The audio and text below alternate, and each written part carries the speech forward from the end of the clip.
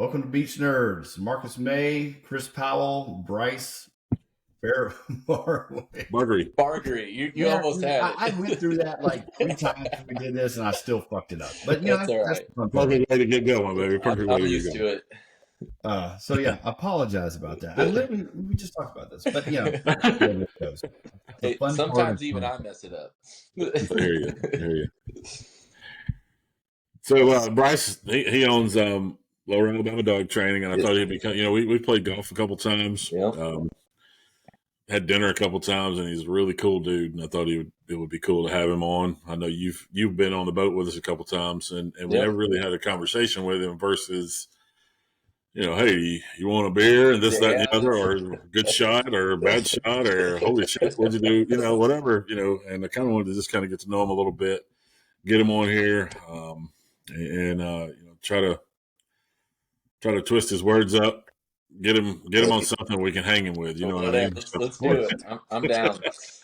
So tell me a little bit about how in the world you came from Iowa and you ended up on the island. All right, we're hitting it off strong. So, January of last year, I came down with me and some buddies went on a golf trip. It was kind of random. I got invited last minute. A buddy canceled. They were looking for a fourth.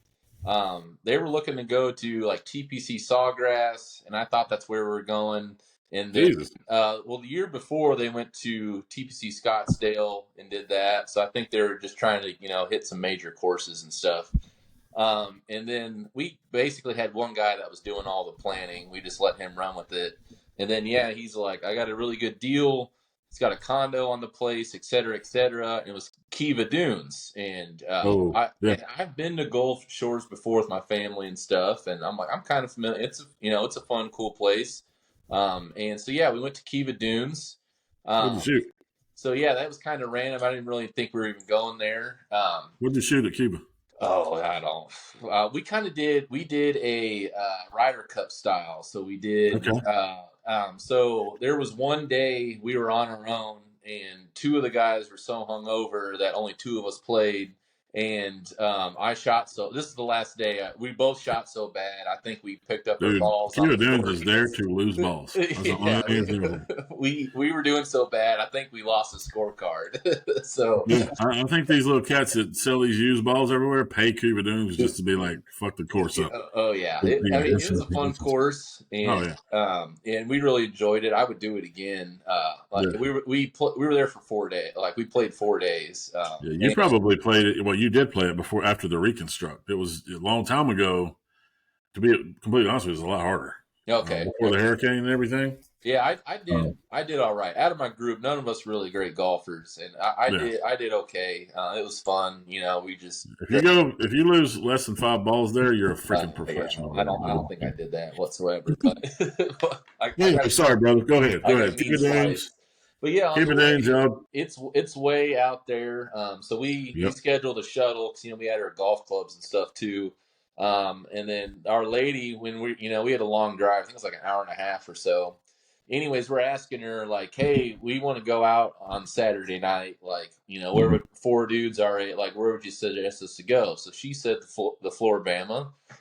So right then and there, we scheduled with her. Like, we want you to pick us up Saturday and then take us home that evening. So we golf that day, get all showered up, go to Kiva Dunes, not Kiva Dunes, excuse me, Floribama. And this is my first time being there, all of our first times being there. And, that's kind of like a hodgepodge. Like we kind of got split up from each other and we ended up in different sections and stuff like that. But we were having a good time exploring. I was up in the main room. I call it the red room, but that main room upstairs. And my buddies texted me. They're down at that stage downstairs where everyone's at on the inside. So anyways, I'm like, all right, I'll grab us 4 beers. And oops, sorry. Something here. And so I was like, I'll grab there's 4 of us. I'm like, I'll grab beers and I'll meet you guys there. So I grab beers, I come down the stairs, and 3 of my buddies are talking to this girl, they're on the dance floor and stuff. So I hand everyone a beer. And then her and I, next thing I know, we're having a conversation. And then shortly after that, she's like, I want you to meet someone. And then she takes me by the hand, walks me over there, and then there is Lindsay, my now girlfriend. Well, at first, Lindsay she wasn't out to meet anybody or anything like that. So when she saw her friend walking over with the guy, she's like, like, no. And I'm like, well, I'm like, all right, never mind. No harm, no foul. So I just turn around, go back to my buddies. And then the next thing you know, she comes over and starts talking to me. Sure. And yeah, so we danced, we drank, we had some fun. One of my buddies was a little too intoxicated, so he was getting kicked out of the place. So I had to take him. I took him out to our shuttle driver. She was outside just waiting on us all night. Right. So I took him out there. Lindsay thought I was like leaving, so we exchanged numbers right then. But then I came back in, and Dance talked a little bit more. And then the night came to an end. Our shuttle driver was ready to take us home. So I say goodbye and stuff like that, assuming I'm probably never going to see her again because I'm only there for a couple more days. And I get in the van and we get about a block down the street, and she's texting me. We're texting each other, and she's like, you should come, we should, we didn't want the night to end. So I asked my buddies, I'm like, would you hate me? She went across the street to the Waffle House. I'm like, would you guys hate me if I ditch you for the rest of the night? They're like, heck no. Like, dude, we get it. So a shuttle driver turned around, dropped me off at the Waffle House. And so, then her and her friend are there waiting on their ride. And when I get there, then her friend starts, speaking logically. She's like, hey, like, we just met this guy because Lindsay was trying to take, me home and hang out a little bit more. And she's like, where do you figure out who that is, Marcus? Maybe this isn't the smartest idea. And, to be honest, she was right. We knew each other for about Iowa massacre.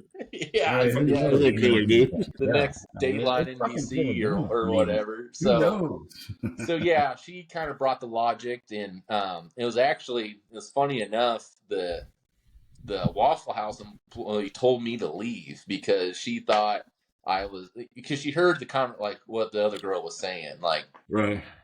And then, she's like, all right, like, you need to leave. This is kind of weird or whatever. I'm like, whatever. So I leave, I go back over to Floribama, order a Uber. And then I go back to the condo.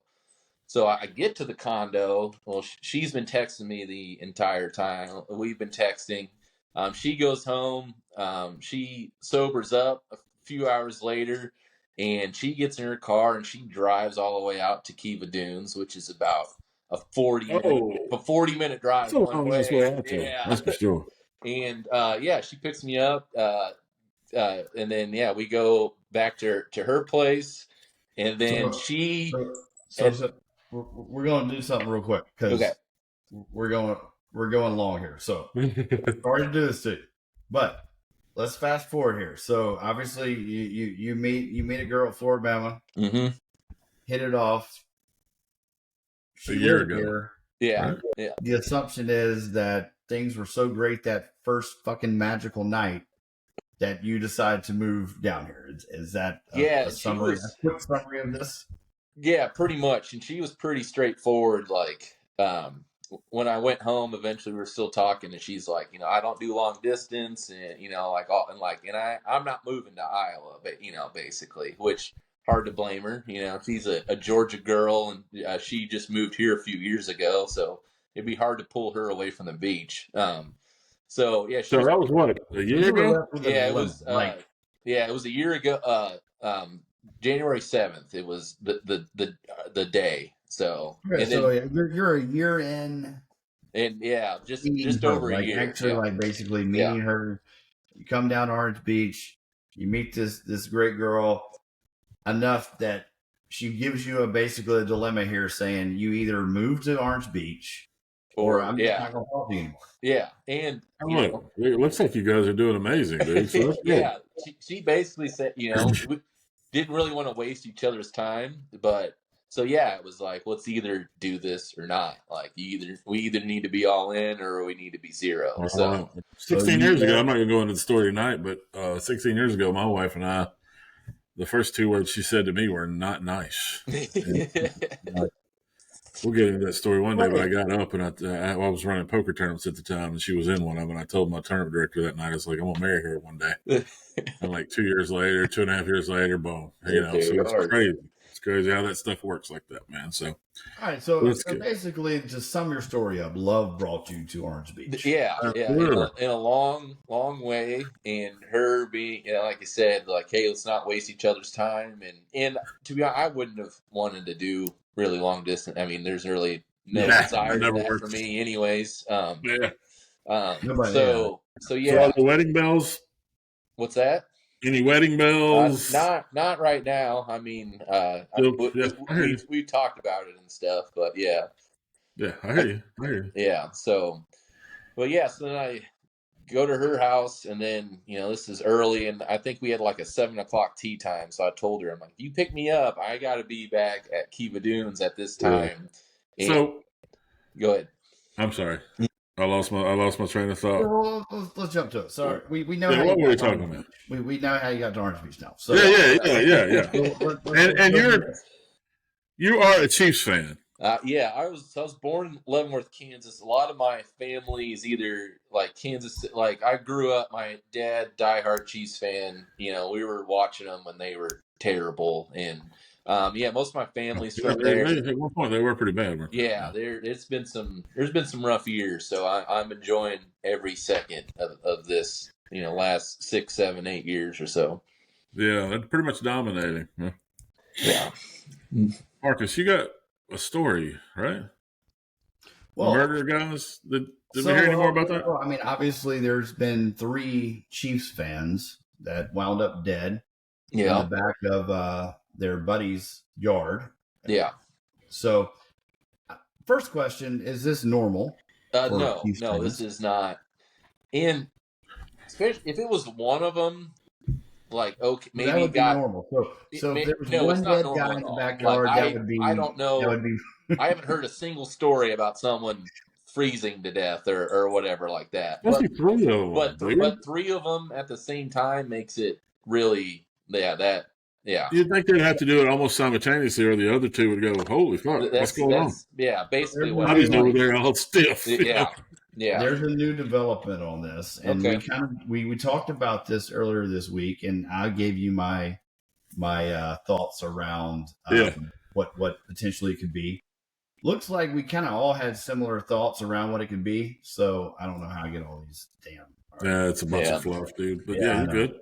All right, well, that just didn't go where. All right, so the new story is here. The toxicology actually came out. Oh, no. And it looks like that there is, well, this was supposed to have it, but I actually read it. Traces of cocaine and fentanyl. Oh, boy.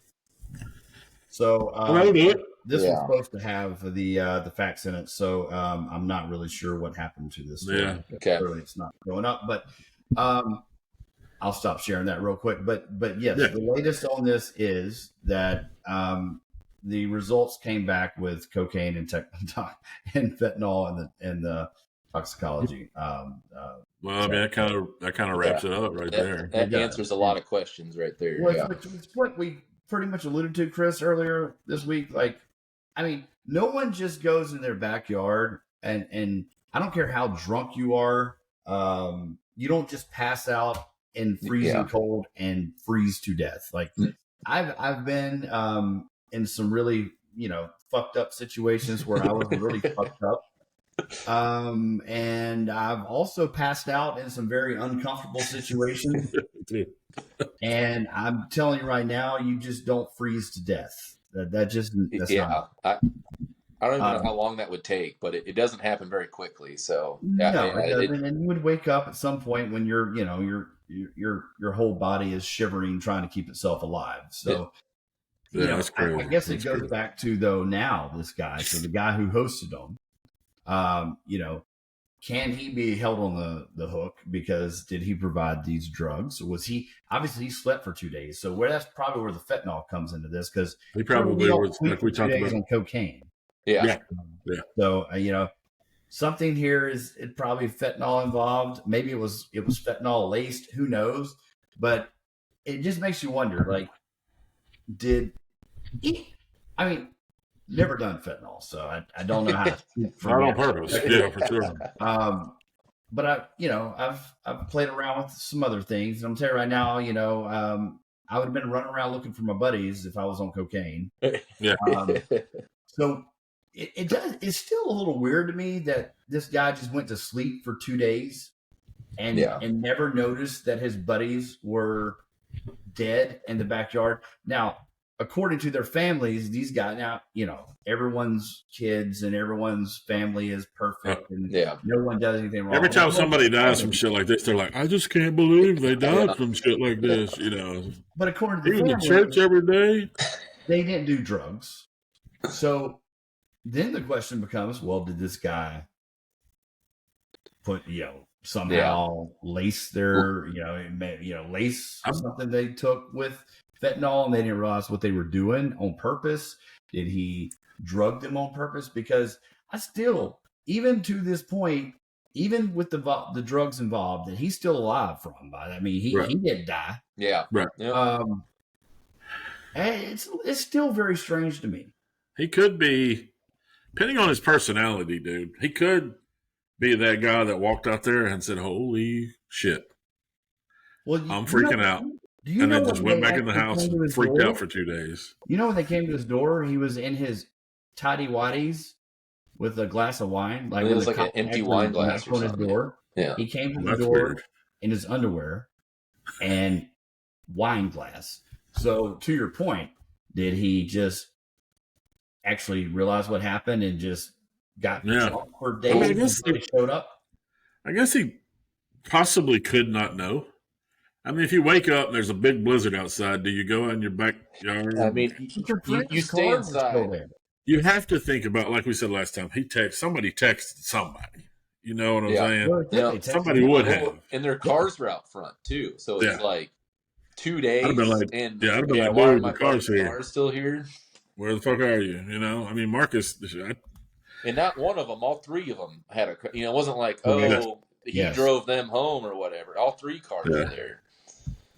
It's a very strange story. I just wanted to make sure, you being a big Chiefs fan, growing up in that area, I just want to make sure this wasn't like normal shit. Like, how fanatic are they? You know what I mean?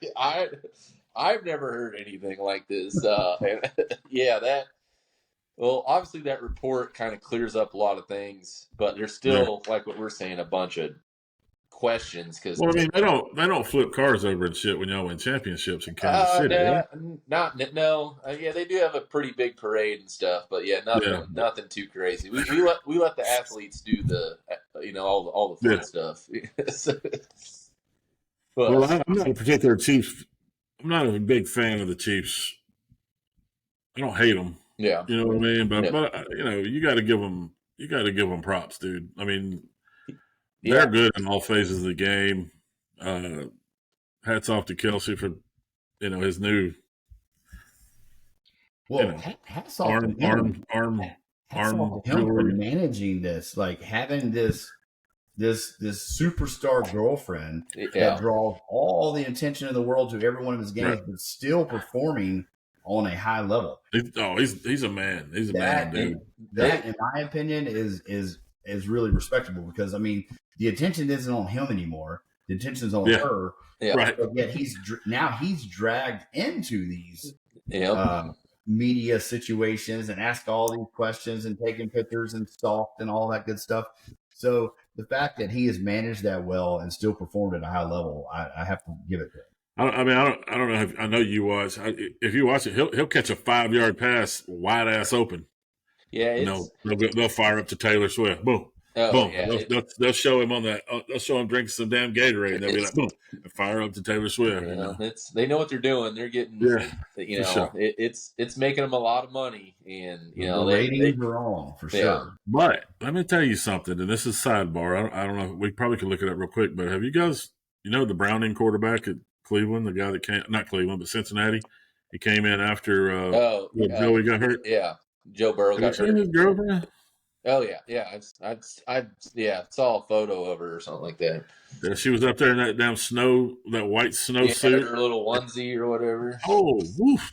She's not bad to look at, my friend. They are professional athletes. They do all right. And he came out and showed out too, man. I was like, okay, so, but yeah, she's a hottie. So, well, that's cool, man. Like I said, I'm not a Kansas City fan. I hope let's see. I was kind of pulling for Detroit just because. Yeah.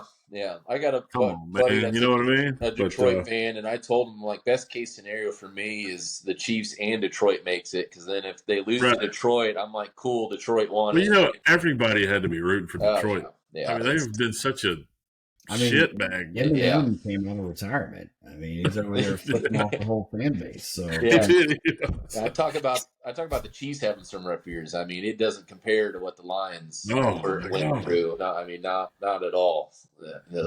Yeah. So, with Kelsey, they interviewed Andy Reid the other day, and he said it has not been a distraction. I mean, I feel like to a degree it has to be, but even he came out and said it has not affected anyone. And I mean, I don't know if he's just saying that to say it, but I mean, I don't. He's typically not a bullshitter in my mind. But it's the owner of Kansas. Is the owner of the president or the owner of Kansas City? His daughter's more of a distraction than Taylor Swift is. Yeah, she's like modeling and all that stuff. He's the owner and CEO. Yeah. So anyway, dude, that's great. That's fantastic. You've been here a year. What college football team you? Alabama or Auburn? Well, I still haven't quite figured that out yet. I root for the Jayhawks, and they've had some good years. I mean. In their terms, it's good. Yeah. We've made back-to-back bowl games, so I'm happy with that. Yeah. My girlfriend, she's a Georgia fan, so that makes it a little difficult to cheer for Auburn or Alabama. But it's going to be. What's that? Unfortunately, you are now in a state where you have to pick a side. Yeah. I mean, there's really no exception to that rule. Taken away out, but I almost want to see how. I mean, this is a brand new team coming in with Alabama. Like, this is uncharted territories, and I mean, I'm sure they'll have some success and stuff. But Marcus and I are hoping for another 20-year drought. Yeah, that's what I mean. I would hate. That's one of the worst jobs to get is to follow up Nick Saban. That's gonna. And they brought dude all the way from the other side. His recruiting techniques. I mean, he's good. I just don't know how he's going to do. But a lot of coaches are good, and then they're not. So I mean, that happens a lot too. And unfortunately for Alabama, a lot of those recruits, I don't know what the window is, but now that a coach is gone, they can explore their options. And 12 now, right, Marcus? Is it 12 that have left? Yeah, something like that. Yeah. I think it's tough to stop that bleeding because those kids wanted to play for Nick Saban, And, exactly. We talked about this. I mean, they came to play for the coach. I mean, yes, Alabama has its pedigree as a college football program that's won a ton of championships, mainly because of the Bear. But these players showed up for Saban. Saban was the reason they came to play, especially in this day and age where you are getting paid as a college football player and you have your choice to transfer whenever you want. They came for him. So, I mean, it was interesting to see. I mean, I think that they lost a ton of talent. I think the new coach was able to stop some of the bleeding. He was able to convince a few to stick around. But I do think that it's going to be a little shocker for Alabama fans. Their first year that they're looking at potentially losing more than 2 losses, which I can't remember the last time Alabama lost more than 2 games in a regular season. It's been a while, bro. Been a while. It's a gauntlet in the SEC. It's you can lose 2 games before you even know what happens, and then that's right. Like you said, they their fans are not used to that, and it's how they react to that is going to be interesting. You're going to sidestep this question and not give us an answer on him. So I'll still kind of sidestep. If gun to my head, I had to choose, I would typically choose like an underdog or so. Like I respect, like I appreciate what Alabama has done, but I don't want to just like jump on the bandwagon either. You know, like I can sit back and appreciate greatness and stuff like that, like I did. Like Chris talking with the Chiefs, well, I was doing that with the Patriots. Like hated them to death, you know, couldn't get past them, stuff like that. They were winning all this stuff, but there'd be a snowball chance in hell that I would ever become a Patriots. You know, if I had to start all over. Well, I'm not going to be a Patriots fan just because they're good. So yeah, gun to my head, had to choose Auburn or Alabama. I would lean towards Auburn. Blue and orange, baby. Hey, you know, is it a little weird that Belichick didn't get picked up? Oh yeah, I know Atlanta was pushing. Well, I thought it.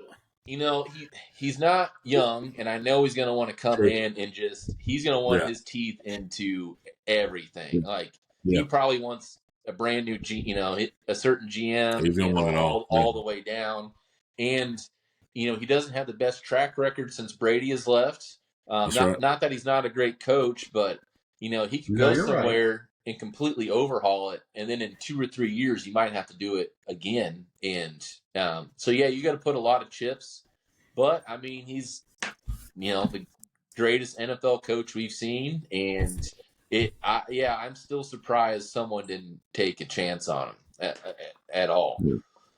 Oh, well, Bryce, we appreciate you coming, man. Hey, listen, let's get into it for a minute. Lower Alabama dog training. Yes, sir. I know you've been doing it for years. I think it's your mom. Yeah, mom started it, brought me on. She knew I could, she obviously knows me better than anyone, and brought me on and just let me run with it and put me in touch with some really good people. Let me work underneath people. Brought me on the right way, and then it kind of snowballed to where, like I said, met this girl, and she said either. We need to figure this out of, how we're going to do this. And I was like, well, let's take my own adventure down there with the business. So how's it going? It's good. It's slow. And this would happen even in Omaha. This time of year is kind of slow. Sure. A lot of people spend their money. And even we were talking after Christmas and stuff. We're like, I don't even, the amount of money I just spent and all the food I ate and stuff like that. Like I need to hit a reset. But yeah, just on the phone. You guys are always cooking, and it looks like some really good shit. Yeah, we try. We're trying to eat out less. We're trying to eat healthier and stuff like that. And well, how long you been in the training, brother? Sorry to. It's probably been doing it for a little over 5 years now. So. Right. You only train dogs? Yeah, just dogs. That's all. That's all I know to do. I really, and we've always had dogs in my family. We've been a foster home. Even when I was younger, it'd kind of be part of my responsibility to kind of give them some basics, so that way, when someone was ready to adopt them, it's a little easier process and easier for them to adopt. That was. I always wanted dogs so that I had responsibilities with their own and stuff too. And it's just really rewarding to help people when they have, these are companions and stuff like that. They're an investment. Dogs they are not cheap now. I mean, you're spending a lot of money. Yeah, just the 2 days that you were with our dogs, and I know golden retrievers are like the epitome of what you want to train. But man, just the 2 days that you spent with them into what we were already instilled. They're great dogs, man. Yeah. And it's like they don't forget. Like, dude, now I can be like, okay, it's time to go potty, yada yada yada, and it's like only Abby and Frankie will sit down, and Abby will go outside, and then Abby will come to the door, and I'll say, okay, Frankie, you can go, and Abby will like move out of his way, and then he'll go, and then we can say, both of you guys can go out, and then they know, oh, okay, so we both can go out. It's kind of crazy, man. I ain't never had dogs like this before. Yeah. Consistencies, a lot of it. Go ahead. Well, go ahead, Mark. I was just gonna say, like, what's cool about animals is you built, like, once you understand how an animal operates, it's a cool Right. thing when you can actually sit there and make like command an animal that does not understand what you're saying other than what you teach them to understand. Yeah. Sure. And you know, I've had a horse, you know, I've had multiple dogs, and that's a cool thing. It's a special, like, it takes a special talent. I mean, honestly, like that's a lot of felt like I trained patience my too. dog well. But could I train a dog, especially just random dogs that Right. I was just given for X amount of time and then them leave better? Probably fucking not. I mean, dude, you know, when you watch him do it, man, you're just like, I don't know. You got to have a talent. It's talent. It's talent. Yeah, it's not skill. There's a talent involved in that. You got to get your hands dirty. You got to do it. You know, it's and it's like you were saying, Mark. It's rinse and repeat. We do this 2-week board and train, and you get this dog with all these problems. You bring them along, you send them home, and then all right, now another dog with all these problems, and it's just experience and just seeing things, and then you start to like, you know what the dog's going to do even before they do it. Even when you know, a lot of them when you first meet them, like, all right, I already know how this dog's going to act, what he's going to try to do, what he's not going to do. And yeah, it just, you kind of get into a mode where you just, I don't know, like you don't even realize you're doing it when you're constantly, you know, you give them an inch, they think they're a ruler type of thing. Like they're always testing you. So you always need to test them too. So yeah. It's, to Marcus's point, have you ever running across a dog it's untrainable? It's, you know, short answer, no. Some dogs are more stubborn and they are more difficult to work with. What I've run across that's untrainable are the owners, to where they're not taking my advice, they're not doing what I'm telling them to do, and I can, you know, I would have some that would lie to me, like, oh, I've done this. Yeah, I'm like, no, you didn't. I can tell you haven't done, you know, like, because then I'll work with a dog for a little bit and they start to pick it up. I'm like, this took me 3 minutes. I can tell you didn't spend a week working on this. Yeah, for sure.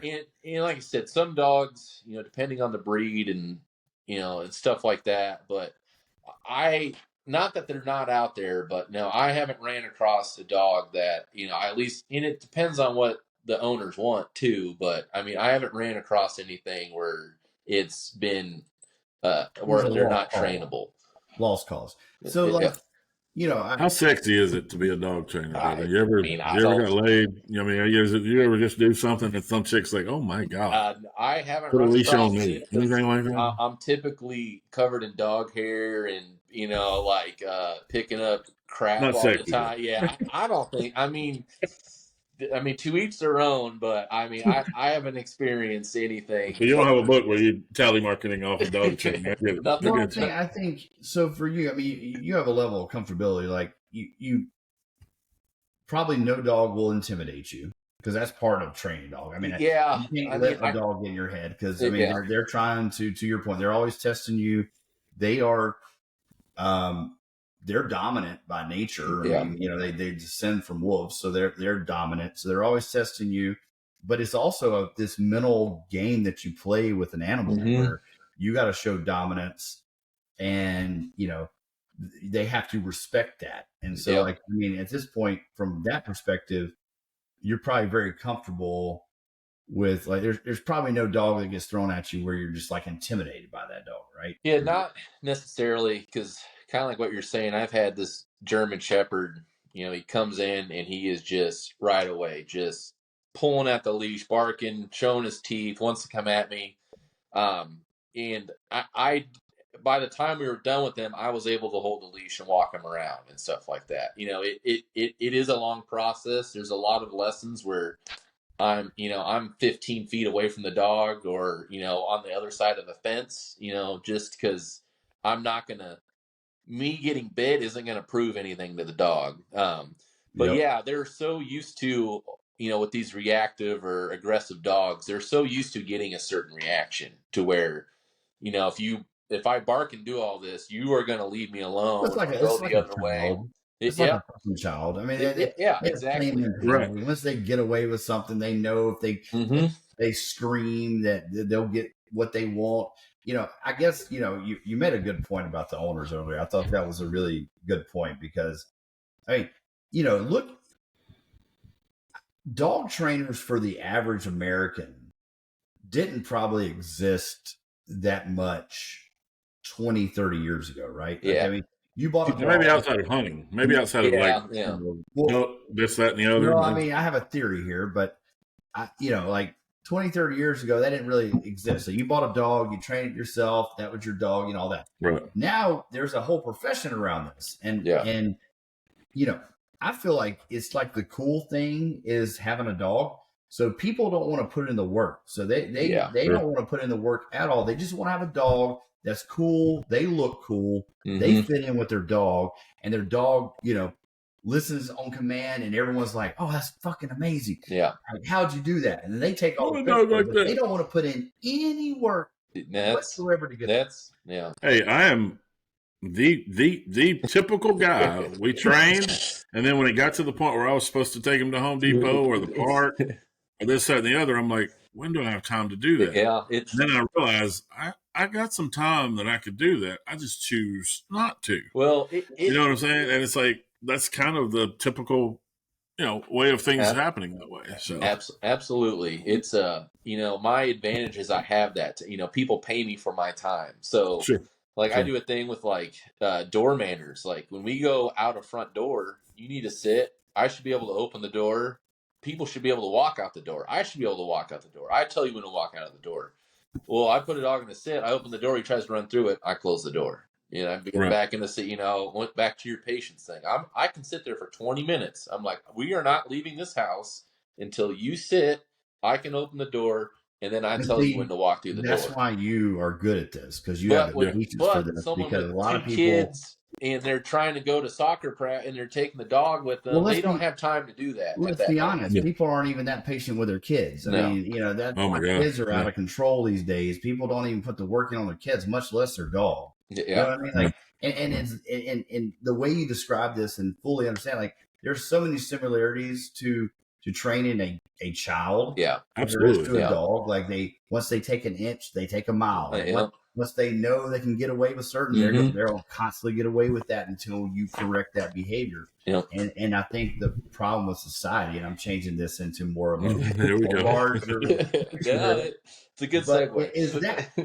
Is that like people don't have the time or don't want to put in the time to sit there and be like, okay, I'm going to stand here and I'm going to waste 30 minutes of my day until you do exactly what I want you to do. And you have the patience and you have the skills to make that happen. So it's not doing it, brother. It's not doing it once either. You doing it one time doesn't solve it. I mean, you got to consistency is key as well. Right. And so, just because you did it once doesn't solve all your problems with your kid or your dog. So or your wife. or your boss or But I ain't saying I got you trained. I'm saying I would never try to train you. But man, that's great. Well, listen, brother. Loved having you on.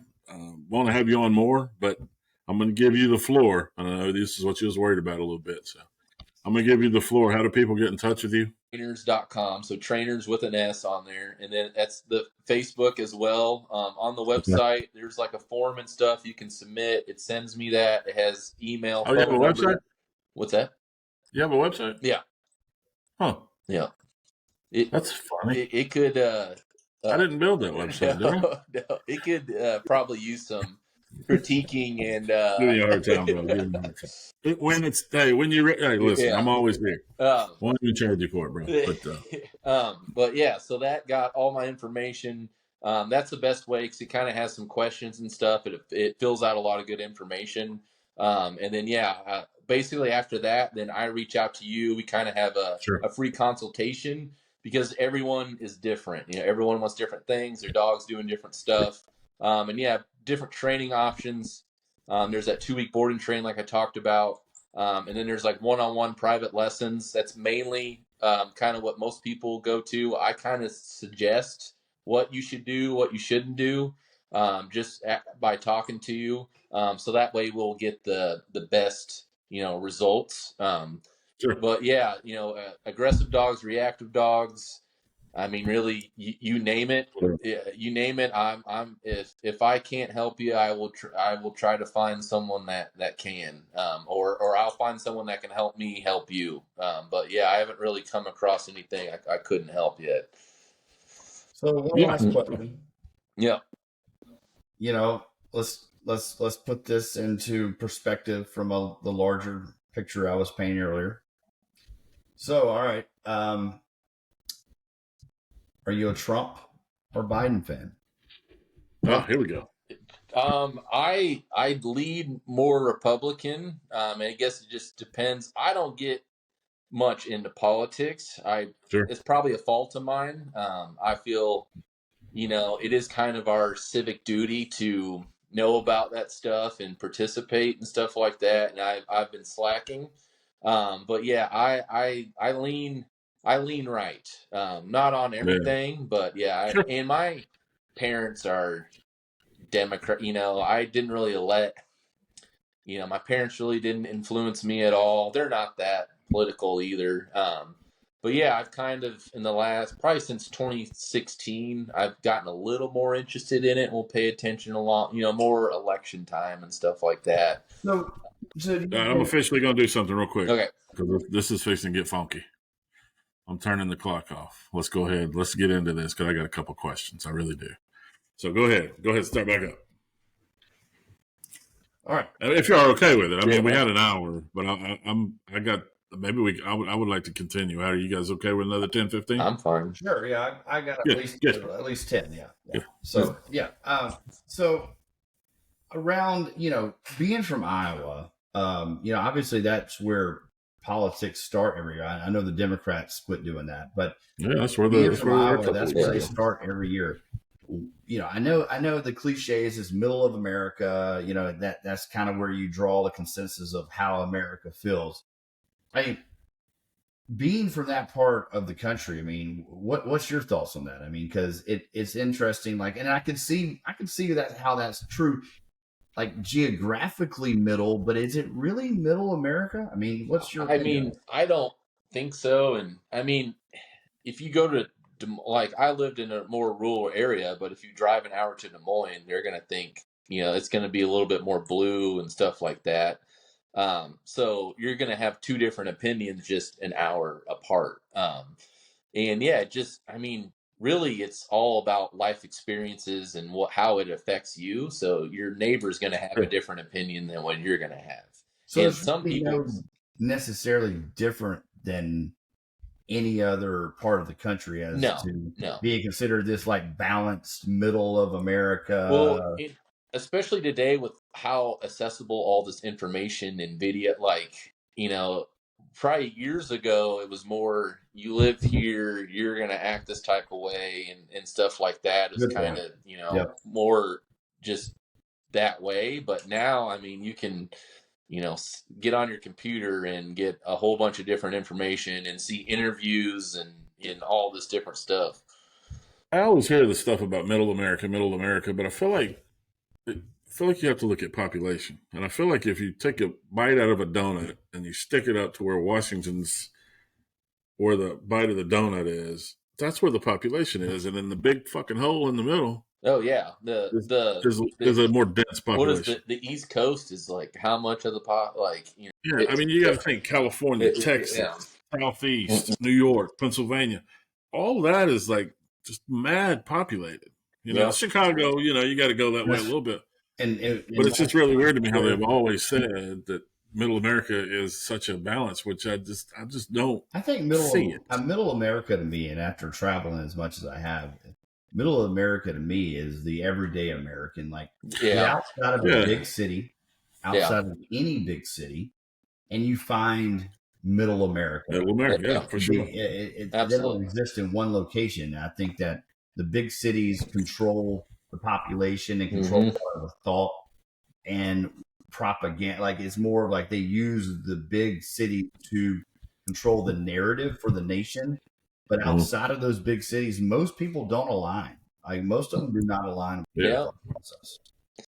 I also think that there is a larger majority of people that, like me, and I know I say this every time we talk about politics, but if they feel safe and if they're making money, they don't give a shit about anything else. Yeah. And I say it every time we talk about politics, but it's the two biggest things that you have to think about. Like right now, I am not comfortable saying that no one will ever invade our land. Yeah.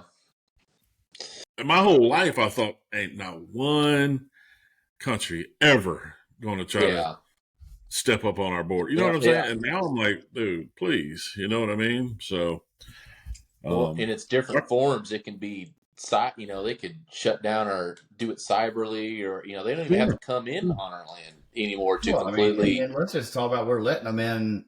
That's by the hundreds of thousands every single month, and that to me is concerning. Like look, we are a nation of immigrants. We were founded on the concept of we open our arms to people that need us.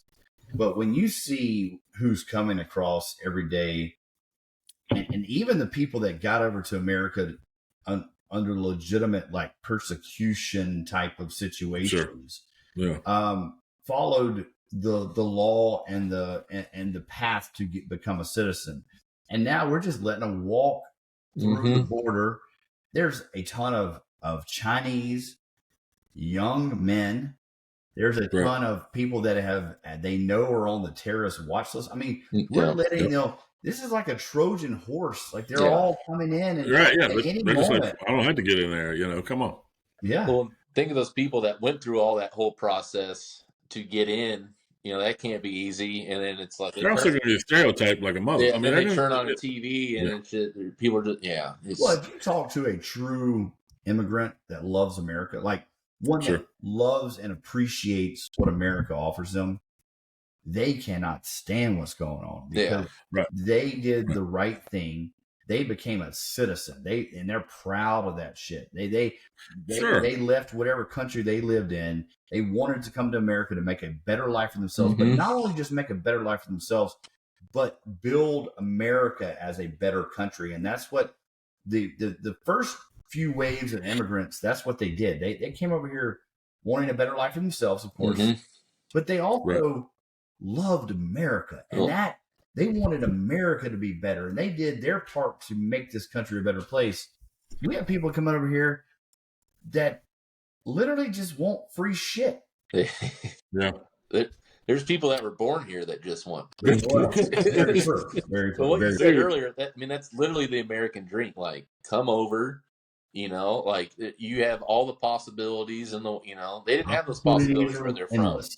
And that's the American dream. That's what that's how it should be. Absolutely.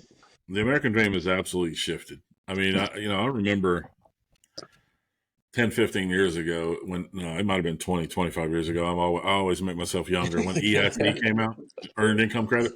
Well, the way I was very fortunate. I own staffing companies, but every morning I'm around 300-400 guys that are getting paid on a daily basis. Okay, so most of them are doing it for family. Some of them are doing it for other things. But then earned income credit came out, and basically that just means for every child you have, you can write it off on your taxes, and you get, I think back then it was $3,500, what credits or whatever. Well, then all of a sudden you had people turning in 15 kids on their taxes because they made a deal with this one, that one, and the other to split whatever they're dumber than a brick until they have to do the fucking math about money. You know what I'm saying? And dude, I mean, and you think about it, and I used to think, wow, that's the way y'all getting over on whatever, that's good. But then you think, how many people are doing that, right? Yeah. Oh yeah. So let's just say they pop $5,000. Okay, let's just say they pop $5,000. And there's millions of people popping $5,000.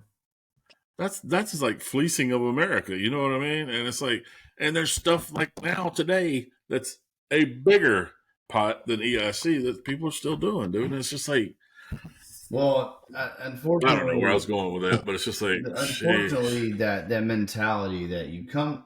So, like we talked about, America was the land of opportunity. You came to America and you knew that you were given any opportunity you wanted. If you worked for it, you could possibly achieve it. It was not guaranteed. There was no guarantee to the opportunity that you were pursuing, but you knew that if you were put in the work, that you truly had a chance of being a successful person. And what's happened is that shift has gone away. Like, people don't come over here to put in the work; they come over here to get the shit. Mm-hmm. And to your point, Bryce, we have our own citizens.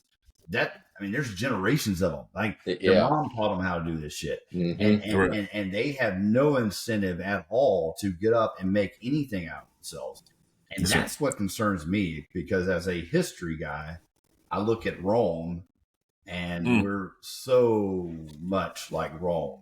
And the collapse was from within, because people got fat, lazy, and wanted free shit. And well, it would be nice if every corner that we had an orgy going on in every corner of the. I mean, we ain't got it like that yet. But the way some of these people look, I don't know. Yeah, dude, it's I'm scared of what's going to happen for our children. Yeah, getting soft and lazy and just all. I mean, it sounds cliche and it sounds like every generation says it and says it and says the it, same thing. but it's gotten worse every generation. That's why every generation said it. And every generation worse version of it.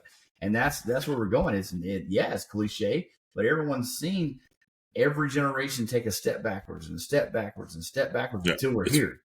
So what my advice is don't have fucking children. Go get a fucking dog and get Bryce to train them for you. And it's the American dream right there. That's the new American dream.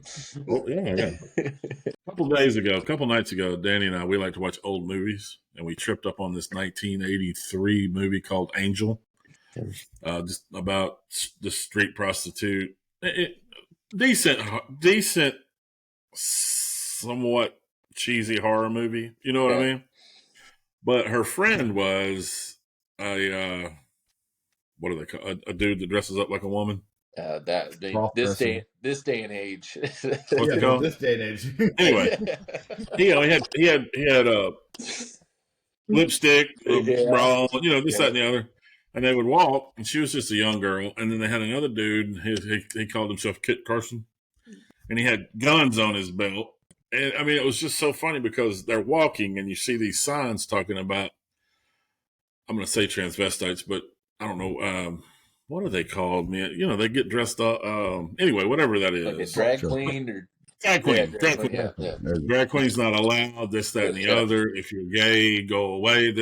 All these little things that in 1983 is kind of the same shit's going on now, except for it's in this boisterous, large internet. Echo chamber. We went from cross-dressing to chopping your dick off. I mean, that's fucking different, man. And take it, and medical people saying it's okay. And hormone blockers and it's one thing to put clothing on. It's another thing to act like a woman if you're a man, or act like a man if you're a woman. It's another thing to get a whole gender change like that. We have gone so mentally ill that the past 30 years. It's insane.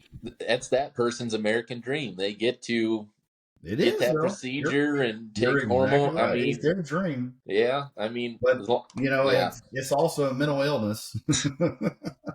I look, dude. I mean, to each his own, in a way. But I said it. I always sit back and I try to. This is me. I am not a stark raving Republican. Yeah, there are things on the liberal side that I truly think that have a lot of validity. Yep, right, absolutely. But when I sit around and I go, okay, could I be a Democrat? And I think about, like, okay, they always say the Democrats, African Americans should be for the Democrats because of everything they've done for them. And then you hear the real deals, Ice Cube, who I came up with, Dr. Dre, who I came up with, all these cats saying, they ain't done shit for us. Yeah.